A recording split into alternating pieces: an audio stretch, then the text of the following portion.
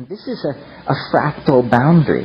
This is a test of intelligence, because the thing in itself cannot be rationally beheld. You know, the enzymologist J.B.S. Haldane once said, the world is not only stranger than we suppose, it's stranger than we can suppose. That to me is a dizzying thought, and obviously true. So what we want is a model true to the stranger than we can suppose, but not so alien that there is no emotional or spiritual support in it for the enterprise of being human. How do we do that? How do we inculcate the unspeakable mystery of the transcendental object at the end of time with the mundane nexus of real occasions that happens to be our own existence?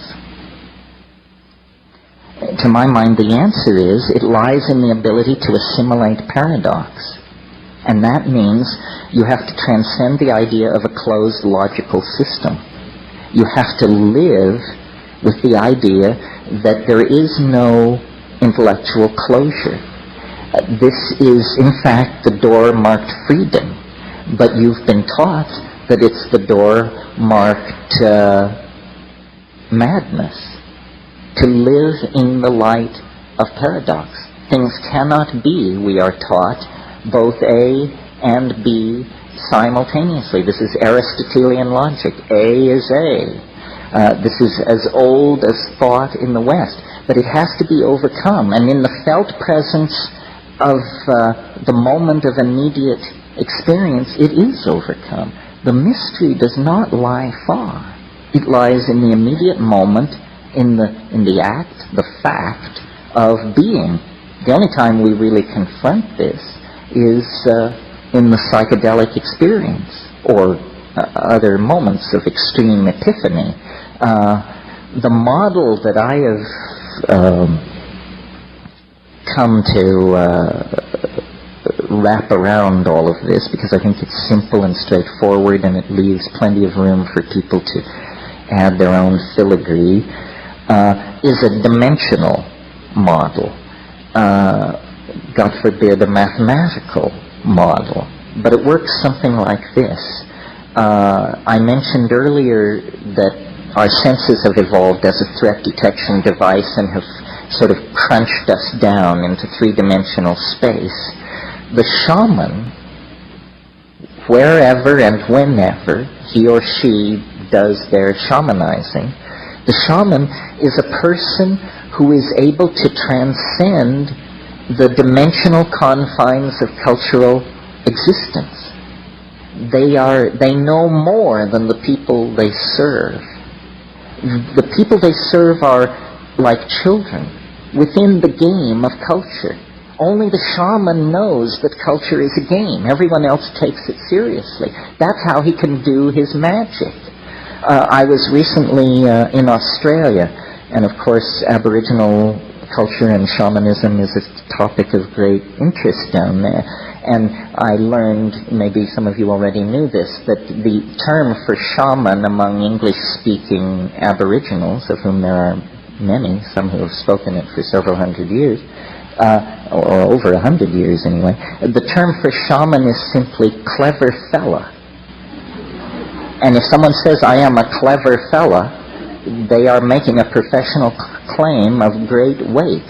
But I love that, because it says it all. You know, a clever fella.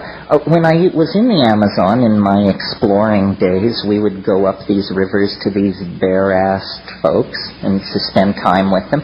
And the people would want to, touch the outboard motors and look at your camera equipment and the butterfly nets and gather around, open-faced, totally innocent. You could always tell the shaman, because first of all, he usually didn't come out to see who was there, even though no one ever came. Even though these people had visitors once every 6 months, the guy who wouldn't come out of his hut for the only event in 6 months was inevitably the shaman.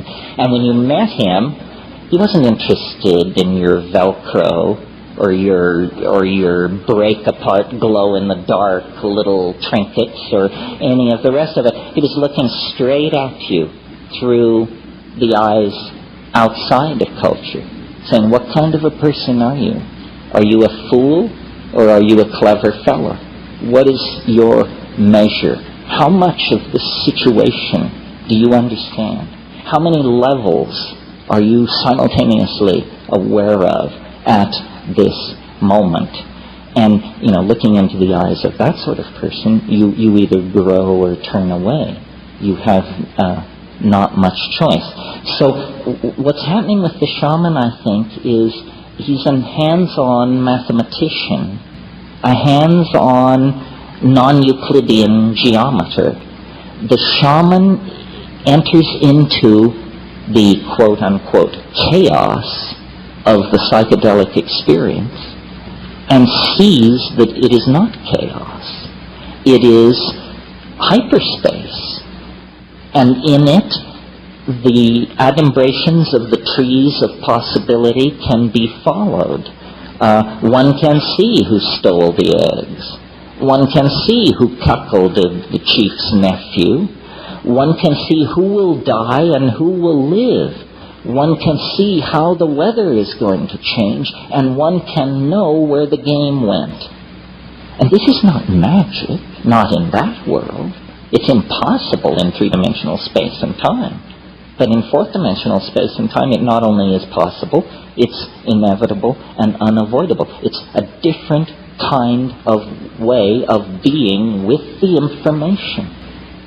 And, I'm sure many of you have your own psychedelic epiphanies that are as gripping and as fascinating as anything that has happened to me. Epiphanies that show that under certain circumstances, the ordinary boundaries of information, space, time, limitation are dissolved. And it may happen only for a moment. It may involve a curing with a laying on of hands. It may involve a sudden insight into a set of complex relationships. It may involve a sudden, unexpected certitude about how a certain event went down that, when checked upon, turns out to be true. What we know about the world is defined by our culture. And the way culture does this is through language.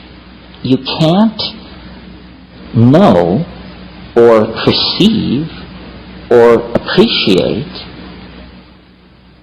what cannot be brought in to the domain of language. You can't publicly know or appreciate these things. You can feel them as the rich contextual embeddedness of your own being, but you can't communicate them.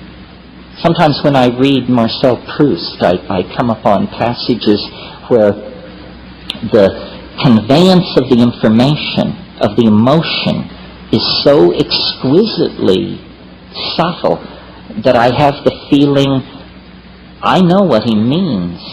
I felt this, but I never dreamed I would ever see it in print or have a thought about it that I could share with anyone else, because it is so subtle.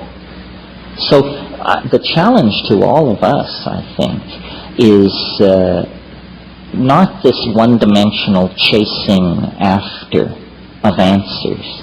This is a fool's game, but an actual stepping back to gain perspective and to realize, salvation is always available.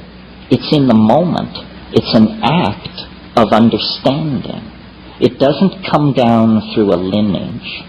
It doesn't come through a substance, an empowerment, a word. It comes through understanding. Salvation is an act of rational apprehension of some sort. And, I really believe that we are now in a relationship to the transcendental object at the end of time, such that the revelations are daily, the unfoldment, the connectivity. We can see light at the end of the tunnel. I mean, I've had long practice at this. I've been thinking like